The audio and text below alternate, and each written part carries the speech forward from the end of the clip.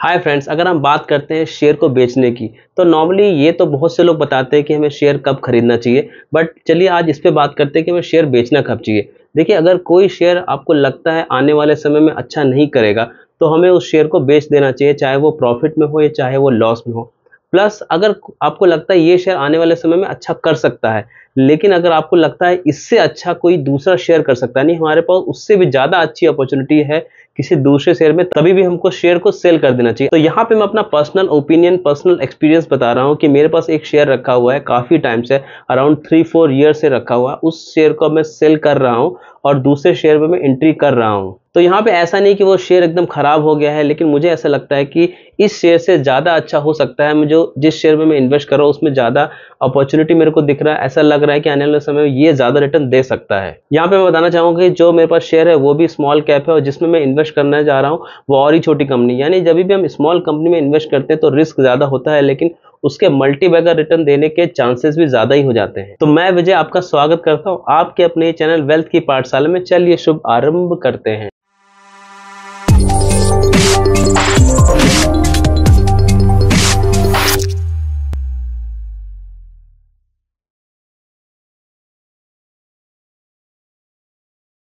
तो जिस शेयर की मैं बात कर रहा हूँ, जो मेरे पास ऑलरेडी रखा हुआ है 3-4 ईयर्स, उसमें मैंने काफ़ी अच्छा रिटर्न भी कमाया है। और अगर मैं बात करता हूँ डिविडेंड की, तो सबसे ज़्यादा in terms of percentage term में, या डिविडेंड डील बोल सकते हैं, इस शेयर ने सबसे ज़्यादा रिटर्न दिया। जब अप्रॉक्सीमेटली ये 200 से 210 रुपीज़ चल रहा था तब इस शेयर ने दिया था 70 रुपीज़ का डिविडेंड, यानी कि 30 से 33% का अप्रॉक्सीमेटली रिटर्न दिया था। अगर आपके पास भी कोई ऐसा शेयर है कि आपको इतना परसेंटेज टर्म में डिविडेंड मिला है तो मुझे कमेंट करके बताइए। तो ये शेयर का नाम है टीवी टुडे नेटवर्क, जो आज तक का चैनल जो है वो इसी पर्टिकुलर कंपनी का है। तो इस शेयर में हमको लास्ट ईयर में अगर बात करते हैं तो 70 रुपीज़ का डिविडेंड मिला था और अप्रॉक्सीमेटली उसमें 200 से 210 रुपीज़ चल रहा था। यानी ये बहुत ज़्यादा बड़ा डिविडेंड हो जाता है in terms of percentage term, at least मेरे लिए।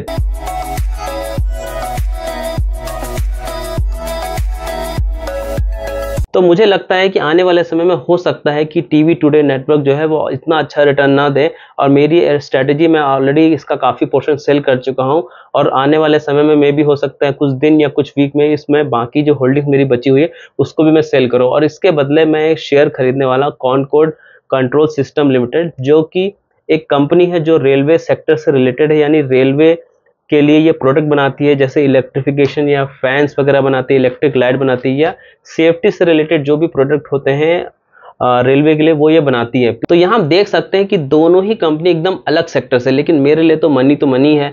यानी कि मैं इससे पैसा निकाल रहा हूँ और मुझे लगता है इसमें ज़्यादा रिटर्न मिल सकता है। आने वाले समय में क्या होगा ये मुझे नहीं पता है, बट मुझे ऐसा लगता है, तो इसके बेस पे ही मैं चल रहा हूं और इसकी एनालिसिस मैं आपके सामने रिप्रेजेंट करता हूं। तो चलिए दोनों कंपनीज के बारे में थोड़ा थोड़ा जान लेते हैं। अगर हम टीवी टुडे नेटवर्क की मार्केट कैप की बात करते हैं तो 1335 करोड़ रुपए, 1335 करोड़ रुपीस का मार्केट कैप है। प्राइस अभी उसका 224 रुपीज चल रहा है। और अगर बात करते हैं कॉनकॉर्ड कंट्रोल की तो मार्केट कैप सिर्फ और सिर्फ 404 करोड़ रुपीज़ है, यानी कि काफ़ी स्मॉल कैप कंपनी हो जाती है। और इसका प्राइस चल रहा है अभी 676 रुपीज़। अगर टीवी टुडे की बात करते हैं तो हाई है 274 और लो है 179, यानी बीच में ही चल रहा है। और अगर बात करते हैं इसके हाई के 1000 रुपीज़ है, लो है 224, यानी कि अपने लो से तो काफ़ी ऊपर है, लेकिन अपने हाई से भी अप्रॉक्सीमेटली बोल सकते हैं 30% अभी डाउन चल रहा है। दोनों की अगर प्लेज परसेंटेज की बात करते हैं, प्रमोटर का कितना स्टेक प्लेज है तो वो 0 है, तो दोनों के लिए अच्छी बात हो जाती है ये। और अगर कैश की बात करते हैं तो इसके पास अप्रॉक्सीमेटली टीवी टुडे के पास 97 करोड़ रुपीज़ है, जो अप्रॉक्सीमेटली बोल सकते हैं कि अराउंड 7 to 8% का कैश उनके पास रखा हुआ उनके मार्केट कैप का। इनके पास कैश की बात करते हैं 2.63 करोड़ रुपीज़ का कैश है। अब चलिए इनके कुछ फाइनेंशियल रेशियो की बात करते हैं। अगर हम इनके डेट टू इक्विटी की बात करते हैं तो टीवी टुडे का जो डेट इक्विटी रेशियो है वो 0.06% है। और अगर बात करते हैं हम कॉनकॉर्ड कंट्रोल की, वो 0.07 है। यानी ये बोल सकते हैं कि दोनों के पास ही बहुत ही कम डेट है, तो इसको अप्रॉक्सीमेटली हम डेट फ्री कंपनी बोला जा सकता है। और यहाँ पे हम दोनों कंपनियों को अच्छी तरीके से पास कर सकते हैं। चलिए अब चलते हैं दोनों कंपनीज के सेल्स की ग्रोथ देखा जाए हाफ ईयरली बेसिस पे, प्रॉफिट की ग्रोथ देखेंगे हाफ ईयरली बेसिस पे, लॉन्ग टर्म की उनकी सेल्स ग्रोथ देखेंगे, लॉन्ग टर्म की उनके प्रॉफिट ग्रोथ देखेंगे, और हम लोग ईयरली टर्म्स में भी उनके सेल्स एंड प्रॉफिट की ग्रोथ देखे हैं। चलिए इन डेटा पे नजर डालते हैं। जो हमने ये डेटा लिया है वो कॉनकॉर्ड कंट्रोल के हिसाब से लिया गया है, क्योंकि इसका डेटा कम है, लेकिन टीवी टुडे तो बहुत पुरानी लिस्टेड कंपनी है, इसका डेटा बहुत ज्यादा है। तो हम यहाँ पे अगर हाफ ईयरली रिजल्ट की बात करते हैं, सितंबर 21 से लेके सितंबर 2023 तक ये हाफ ईयरली रिजल्ट है, यानी 6 मंथ के रिजल्ट हैं।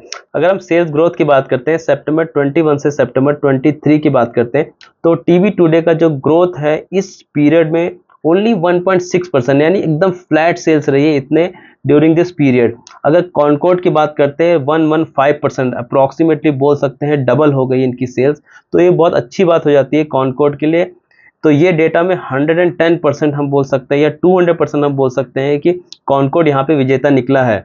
इसी तरीके से अगर इनका लेटेस्ट डेटा की बात करते हैं, यानी कि अगर हम सिर्फ मार्च 23 का डेटा से सितंबर 23 का डेटा देखते हैं, तो उस केस में ये टीवी टुडे का सेल्स -2.5% डिग्रोथ हो गई। सेल्स हम देख सकते हैं 448 करोड़ से 437 करोड़ हो चुकी है। जबकि अगर कॉनकॉर्ड की बात करते हैं तो लेटेस्ट दिस डेटा में भी मार्च 23 से लेकर सितंबर 23 में इनका जो ग्रोथ रहा है 32% का रहा है। तो अगर हम सेल्स की बात करते हैं, हाफ ईयरली सेल्स की बात करते हैं, तो चाहे वो लॉन्ग टर्म का हो यानी सितंबर 21 से सितंबर 23 तक, या लेटेस्ट रहा हो मार्च 23 से लेकर सितंबर 23 में, दोनों में ही कॉनकॉर्ड के डेटा गजब के रहे हैं, उसने अच्छा परफॉर्मेंस किया है। अब अगर इनके प्रॉफिट की बात करते हैं तो टीवी टुडे का अगर हम प्रॉफिट देखें लॉन्ग टर्म यानी सितंबर 21 से सितंबर 23 का, तो -81% यानी डिग्रोथ रहा। हम देख सकते हैं 84 करोड़ का उनका प्रॉफिट था सितंबर 21 में, जो घट के सितंबर 23 में 16 करोड़ का ओनली प्रॉफिट रहा है। और अगर कॉनकॉर्ड की बात करते हैं तो 1.04 करोड़ का प्रॉफिट था सितंबर 21 में, जो बढ़ के 6 करोड़ हो चुका सितंबर 23 में। जो अगर परसेंटेज ग्रोथ की बात देखी जाए तो 476% का गजब का ग्रोथ रहा है प्रॉफिट टर्म्स में लॉन्ग टर्म के लिए। इसी तरीके से अगर इनका लेटेस्ट यानी मार्च 23 से सितंबर 23 की बात करते हैं, तो अगेन 53% का डिग्रोथ रहा है in case of TV today, और 83% का ग्रोथ रहा है इन टर्म्स ऑफ कॉनकॉर्ड। देख सकते हैं 3.28 करोड़ से 6 करोड़ हो चुका है कॉनकॉर्ड का, और 34 करोड़ से ओनली 16 करोड़ रह गया टीवी टुडे का। यही सब कुछ रीजन है कि अभी स्टॉक इतना अच्छा परफॉर्म भी नहीं कर रहा, और साथ में हम बोल सकते हैं कि कॉनकॉर्ड इसमें कंप्लीट तरीके से विजेता निकल जाता है। अब अगर इनके ईयरली सेल्स की बात करते हैं, तो अगर हम इनका ईयरली सेल्स यानी फाइनेंशियल ईयर 20 से लेकर 24 तक का देखते हैं, तो सेल्स ग्रोथ अगर देखा जाए टीवी टुडे का, सो ओनली 6.9 यानी 7% का ग्रोथ दिखाया है 4 ईयर्स में, जो कि काफी कम हो जाता है। अगर कॉनकॉर्ड की बात करते हैं तो 237% का ग्रोथ दिखाया है, 15.88 करोड़ से बढ़ के 53.52 करोड़ हो चुका है इनका सेल्स अगर ईयरली डेटा की बात करते हैं, जो कि बहुत बेहतरीन सेल्स नंबर है। और अगर इसी तरीके से इनका लेटेस्ट ग्रोथ देखा जाए यानी फाइनेंशियल ईयर 23 से लेटेस्ट ईयर फाइनेंशियल ईयर 24 की बात करते हैं, तो ओनली 4.3% का ग्रोथ रहा है टीवी टुडे का, और ओनली 9% यानी 8.6% कॉनकॉर्ड का रहा है। इसलिए रिसेंटली अगर बात करते हैं तो ये अपना हाई 1000 बना के भी नीचे चल रहा है। रिसेंटली अगर देखा जाए तो इसके प्राइस में भी करेक्शन हुआ है, क्योंकि अगर हम बात करें, अगर आप डेटा देखते हैं 20 में अराउंड 16 करोड़, फिर 17 करोड़, फिर 31 करोड़, फिर 49 करोड़, और फिर 53 करोड़, यानी कि इसका भी देखा जाए तो इस साल में इसने भी बहुत ज्यादा अच्छा नहीं किया है, इसीलिए उनका भी प्राइस में काफी करेक्शन हमको देखने को मिला है। तो यहाँ पे बोल सकते हैं अगर लेटेस्ट डेटा देखा जाए नहीं फाइनेंशियल ईयर 23 से अगर बात करते हैं फाइनेंशियल 24 में, यहाँ टीवी टुडे से तो इसने बेहतर किया, लेकिन अपना जिस हिसाब से इसका ट्रेंड चला उसके हिसाब से इसके भी नंबर इतने अच्छे नहीं है। चलिए अब आ जाते हैं ईयरली प्रॉफिट्स में आखिर किसने कैसा किया है। अगर हम बात करते हैं टीवी टुडे का, तो FY20 से FY24 की बात करते हैं 63% का डिग्रोथ रहा है in case of TV today, यानी कि इसीलिए हम बोल सकते हैं कि काफ़ी अच्छा स्टॉक मार्केट चल रहा है, उसके बाद भी इसने कुछ सालों में बहुत अच्छा रिटर्न नहीं दिया है। उसी तरह से कॉनकॉर्ड की बात करते हैं 783% का, कहाँ 1 करोड़ का प्रॉफिट था, कहाँ 9.28 करोड़ का प्रॉफिट प्रोजेक्टेड दिखा रहा है फाइनेंशियल ईयर 24 में। तो यहाँ पे क्लियरली विनर कौन है, कॉनकॉर्ड है, और टीवी टुडे तो बोल सकते हैं लूजर है, बिकॉज बहुत बेकार प्रदर्शन किया है। इसी तरीके से अगर लेटेस्ट प्रॉफिट का ग्रोथ देखा जाए FY23 से FY24 का, तो 42% का डिग्रोथ है टीवी टुडे में, और कॉनकॉर्ड में 70% का। 1 ईयर में 70% का प्रॉफिट में ग्रोथ है, यानी कि बहुत अच्छा माना जा सकता है यहाँ पे। तो यहाँ पे हमने देखा कि कॉनकॉर्ड ने अगर बात करते हैं ओनली लेटेस्ट ईयर के सेल्स का, तो वो बहुत अच्छा नहीं किया था, लेकिन प्रॉफिट उन्होंने अच्छा किया था। यानी कि पूरी तरीके से हम नहीं बोल सकते कि बहुत ज़्यादा अच्छा इनका रहा है फाइनेंशियल ईयर 24, लेकिन क्योंकि प्रॉफिट बहुत अच्छा रहा है तो ओवरऑल इसको अच्छा बोला जा सकता है। अब अगर हम इनके आरओई की बात करते हैं, तो अगर टीवी टुडे की बात करते हैं तो 10 ईयर का डेटा देखते हैं 60% अच्छा है।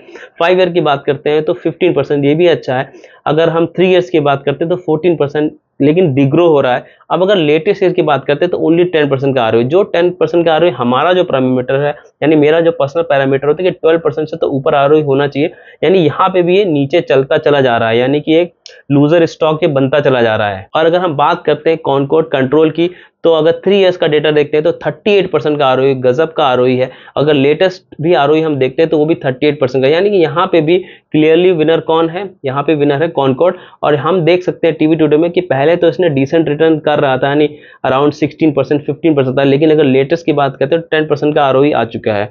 तो यही इसका प्रदर्शन के प्राइस में भी दिख रहा है हमें। तो अगर आरओसी की बात करते हैं टीवी टुडे का, तो 21 में उनका आरओई था 21, और 22 में आरओई हो गया तो 22 अच्छा है। लेकिन अगर 23 की बात करते हैं 13% का आरओसी रह गया, यानी कि ये काफी डिग्रो कर रहा है। इसीलिए मैं इसमें से एग्जिट करने की सोच रहा हूँ और एग्जिट कर भी रहा हूँ। और अगर इसी तरीके से हम बात करते हैं कॉनकॉर्ड की, 29, 38, 43 ये आरओसी के नंबर रहे हैं कॉनकॉर्ड के, यानी कि क्लियरली विनर यहाँ पे कौन है, यहाँ पे concord control system clearly winner हो जाता है। अब अगर हम इनके पी की बात करते हैं तो करंट पी जो टीवी टुडे का 24 है और कॉनकॉर्ड का है 43।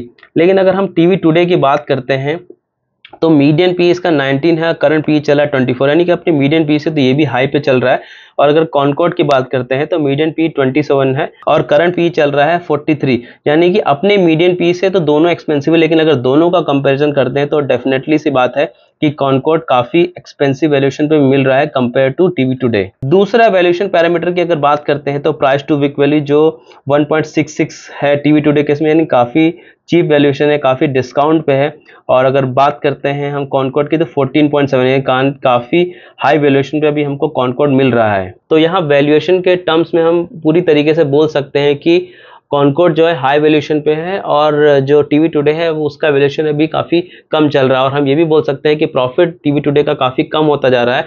तो ये पी तो वैसे भी बहुत ज्यादा हाई नहीं, अगर इनका प्रॉफिट अभी बढ़ जाए यहाँ पे तो डेफिनेटली पी बहुत कम हो जाएगा और ये काफी सस्ते पे हमको मिल रहा है, ऐसा सोचा जा सकता है। तो हमने यहाँ पे डिफरेंट तरीके के डेटा देखे, इनके बारे में जाना, इन कंपनीज के बारे में जाना, इनके सेल्स और प्रॉफिट को देखा, डेट टू इक्विटी रेशियो को देखा।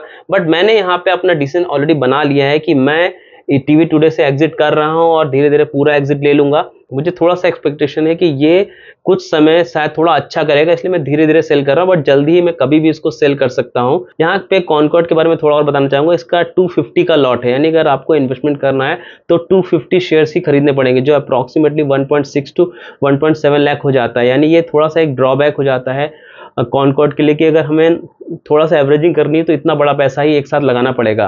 अब अगर हम शेयर होल्डिंग पैटर्न पे आ जाते हैं तो उसको देखकर भी मुझे लगता है कि मुझे टीवी टुडे से एग्जिट कर लेना चाहिए और मुझे कॉनकॉर्ड में इन्वेस्ट कर देना चाहिए। अगर हम बात करते हैं शेयर होल्डिंग पैटर्न में और हम देखते हैं डेटा अक्टूबर 2023 का, तो मुकुल महावीर अग्रवाल जो एक बहुत बड़े एस इन्वेस्टर है, उन्होंने अप्रॉक्सीमेटली 4% का स्टेक इस कंपनी में खरीदा है, जो एक पॉजिटिव बात हो जाती है इस पर्टिकुलर कंपनी के लिए। यहीं पे अगर बात करते हैं टीवी टुडे का, तो सीता कुमारी जो भी एक अच्छी इन्वेस्टर है, उन्होंने पहले इन्वेस्ट किया हुआ था टीवी टुडे में, जो धीरे धीरे उन्होंने एग्जिट कर लिया है। तो मैं भी अब धीरे धीरे इस कंपनी यानी टीवी टुडे से धीरे धीरे एग्जिट कर रहा हूं। अब ये तो आने वाला समय ही बताएगा कि ये मेरा डिसीजन अच्छा रहता है या नहीं रहता है, बट मैं ऐसा कर रहा हूं क्योंकि जो मुझे सही लगता है वो हमें करना चाहिए। यहाँ पे एक बहुत बड़ा इंपॉर्टेंट पॉइंट ये भी हो जाता है कि अगर हम टीवी टुडे की बात करते हैं जो मीडिया सेक्टर से आता है, तो हम ये नहीं बोल सकते कि अभी टीवी टुडे बहुत बड़ा एक्सपेंशन ऐसा कुछ करने वाला है। तो ये सेक्टर काफी सैचुरेटेड हो सकता है और इस सेक्टर को हम सनराइज सेक्टर, यानी आने वाले समय में ये सेक्टर बहुत अच्छा करने वाला, ऐसा नहीं बोल सकते। अगर हम सनराइज सेक्टर की बात करते हैं तो हम बोल सकते हैं कि ग्रीन एनर्जी का सेक्टर अभी सनराइज होने वाला है, या कंस्ट्रक्शन, यानी क्योंकि अभी इंडिया इंफ्रास्ट्रक्चर पे बहुत ज्यादा ही फोकस कर रहा है, तो इंफ्रास्ट्रक्चर से रिलेटेड जो कंपनीज है उनको भी हम सनराइज सेक्टर के अंदर मान सकते हैं। प्लस अगर हम बात करें रेलवे सेक्टर भी अभी सनराइज सेक्टर में माना जा सकता है। तो जो कॉनकॉर्ड कंट्रोल आता है वो भी अभी रेलवे सेक्टर के अंतर्गत ही है, क्योंकि पूरा का पूरा जो प्रोडक्ट बनाते हैं वो रेलवे के लिए ही बनाते हैं। तो ये भी एक सनराइज सेक्टर से रिलेटेड, यानी कि तो मैं एक ऐसे शेयर से एग्जिट कर रहा हूं जो सनराइज सेक्टर में नहीं आता है, और मैं एक ऐसे शेयर में बेट लगा रहा हूं जो एक सनराइज सेक्टर में आता है। तो देखते हैं आने वाले समय में इसमें क्या होता है।